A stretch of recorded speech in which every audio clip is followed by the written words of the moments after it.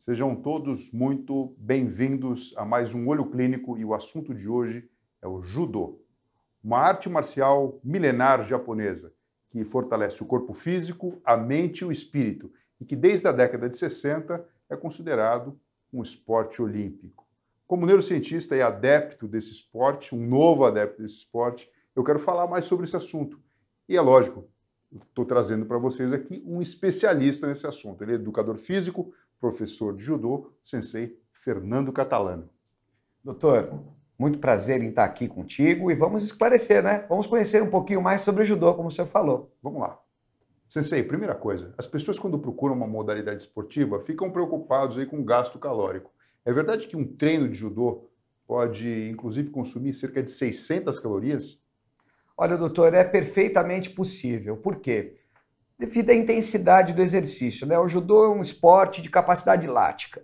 Então, são atividades aeróbias de alta intensidade, chegando até uma anaeróbia. Então, a gente está falando entre 85% até 100% da sua frequência cardíaca máxima. Então, de acordo com a sua idade, com o seu peso, e como eu falei, ali a dinâmica da aula, você vai consumir muitas calorias. Mas vai muito além que isso, né? Por quê? Porque o judô é prazeroso, o judô tem técnica, o judô, a aula é bem subdividida, nós temos uma parte de condicionamento físico geral, onde são feitos os alongamentos, os exercícios, depois nós temos as quedas, que são as formas corretas de você cair sem se machucar, depois nós temos o treino, que é onde você aprende os golpes, as lutas, ou seja, é uma aula completa. Para quem gosta de esporte, uma modalidade assim super atrativa, que vai te trazer um bem-estar, é o judô, doutor. Agora sim, quais são as partes do corpo, sensei, que mais são trabalhadas no judô? Existe uma parte mais específica? O core, por exemplo, ou são os membros? O indivíduo que vai praticar judô, ele pode ir com aquela expectativa de ganhar massa muscular ou emagrecer? Como é que funciona? Olha, o judô atende aos dois objetivos.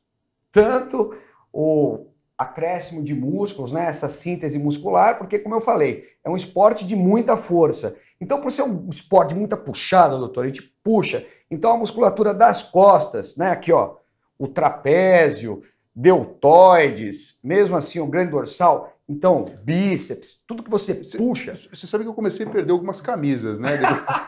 Depois que eu comecei a treinar. Verdade mesmo, acho que eu ganhei um pouco mais de costas e eu preciso até trocar o número por conta disso. Não, mas é verdade, então isso que é importante. A gente vê assim, alguém que está fazendo sentiu o que eu estou falando, porque realmente é como se estivesse remando.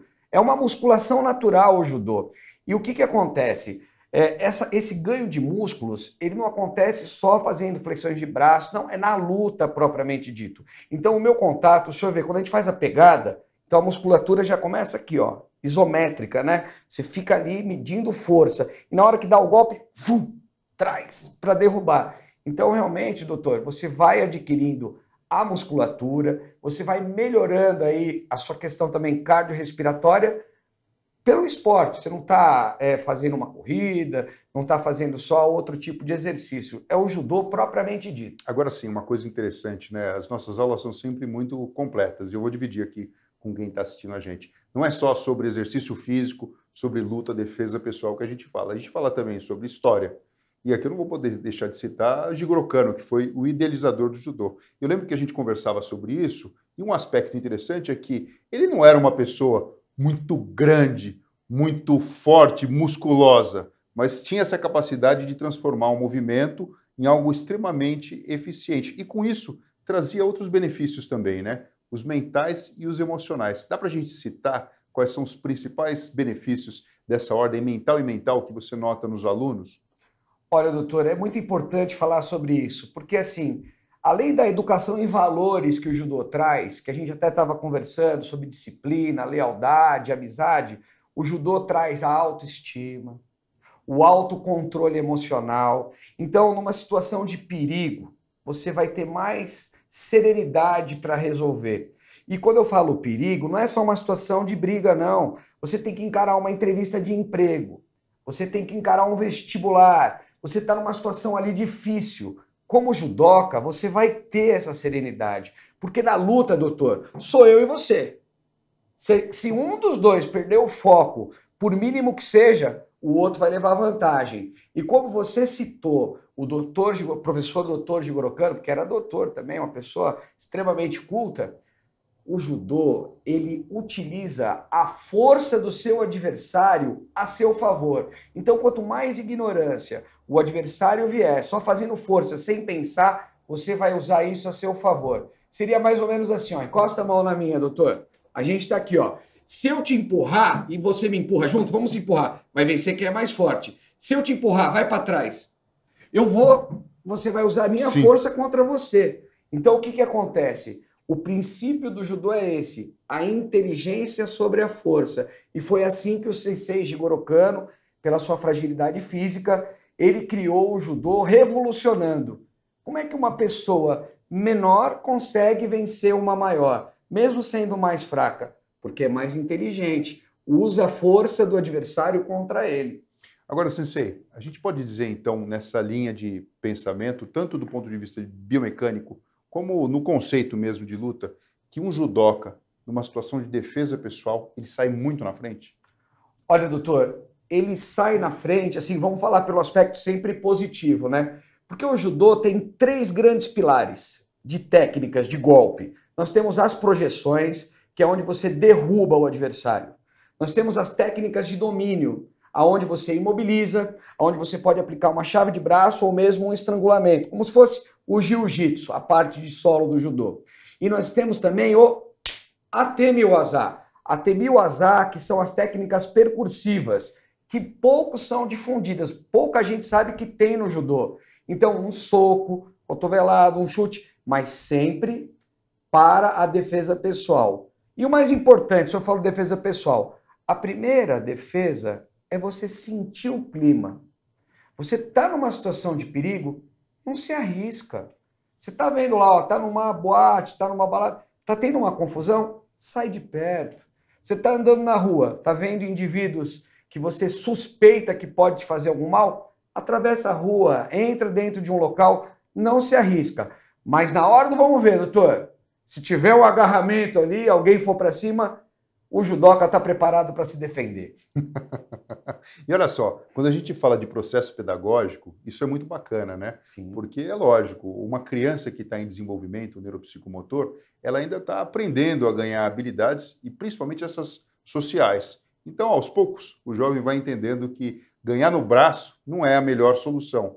Mas sim, é importante se defender. Existe alguma diferença que você nota quando vai treinar uma criancinha, um adolescente ou um adulto nesse processo de aprender o judô?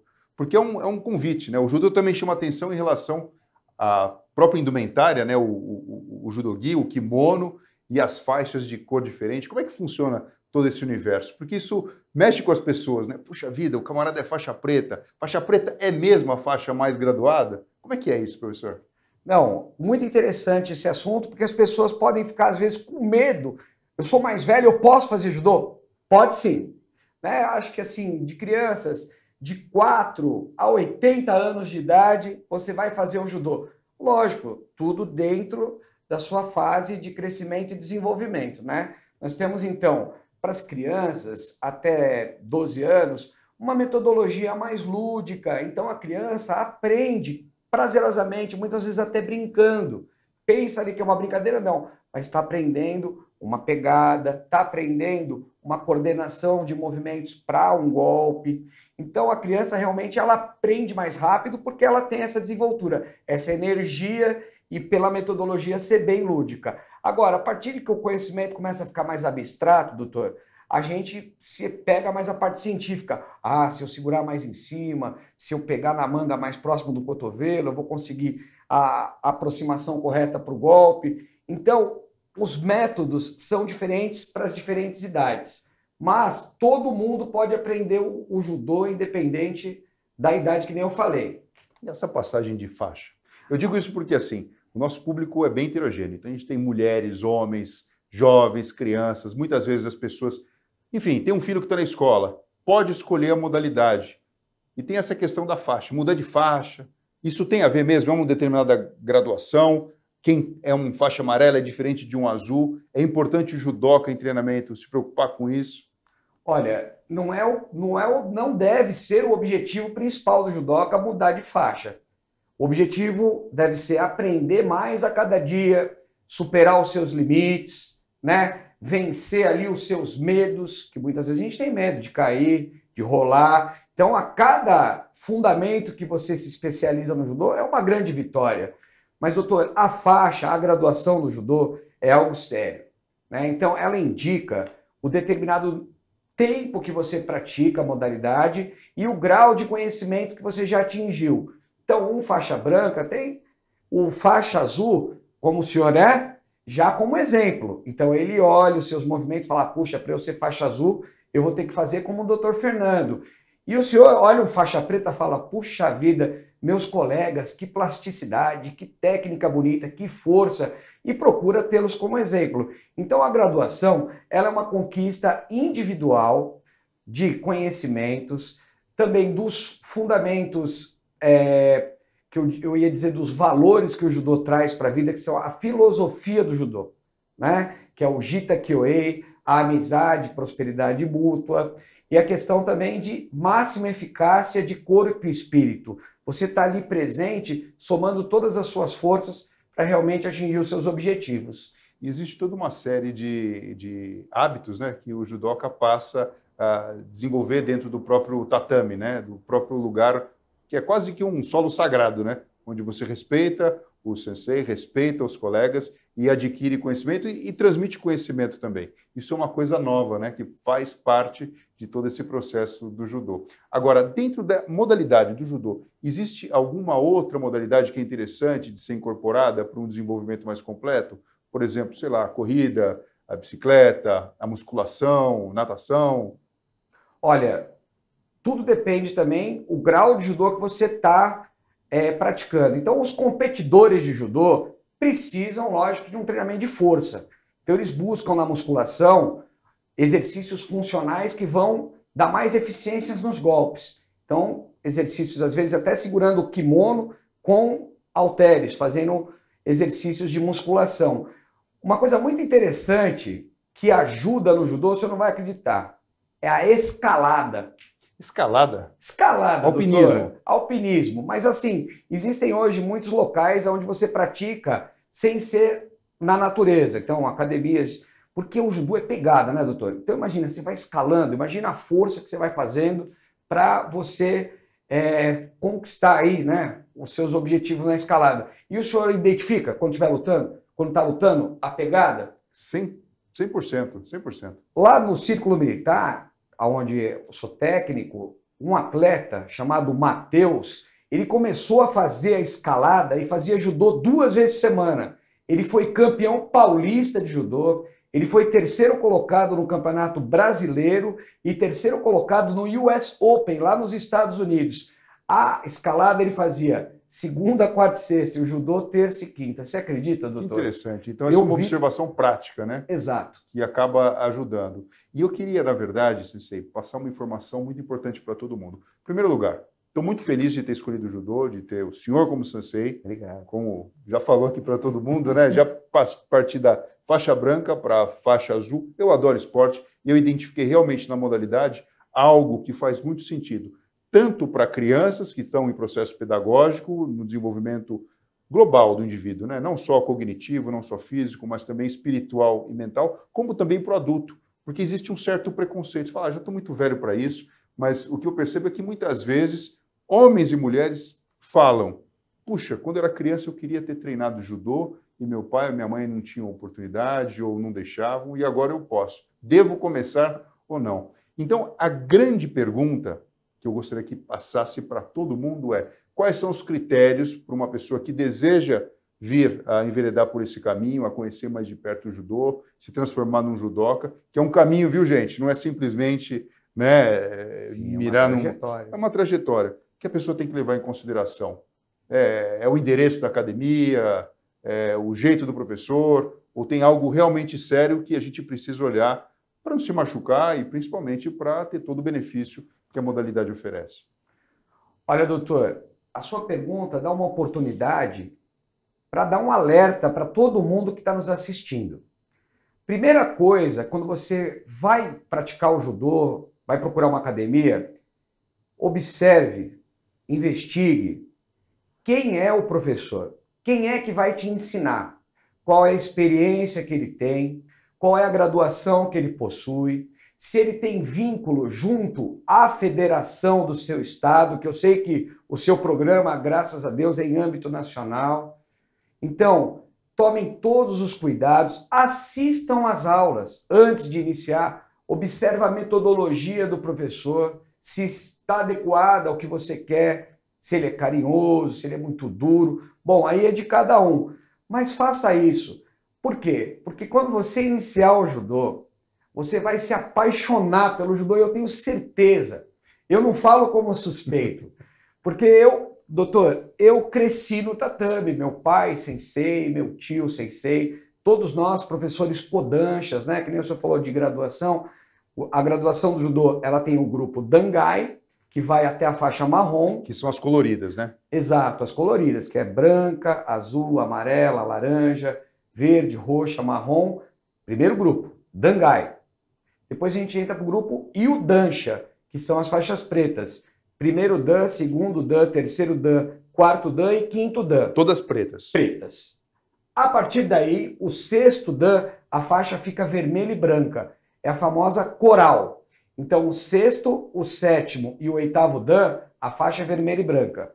E logo após, quando você termina esse ciclo, ainda tem mais um, que a faixa é toda vermelha, que é nono e décimo Dan, que também são conhecidos como Shihans, né? Que seria o máximo dessa escalada das faixas. Exato. Então, por favor, hein, ao praticar o judô, observem bem esses aspectos para você não correr o risco de não conhecer o judô de verdade, não é verdade, doutor? Exatamente. Sensei, muito obrigado pela sua participação. Eu já vou anunciar para o pessoal aqui, ó. Mais para frente, nós vamos fazer uma outra gravação, um pouquinho mais prática, né? Numa academia, alguma coisa assim, demonstrando alguns movimentos e principalmente para sensibilizar toda a população da possibilidade de incorporar essa modalidade esportiva dentro da sua vida, para ter mais benefício físico, espiritual, moral e principalmente, né, ter uma vida melhor. Perfeito, doutor. Sensei, muito obrigado. Obrigado, senhor. Obrigado a todos que acompanharam aí. Espero ter esclarecido algumas dúvidas. É isso aí. Até a próxima.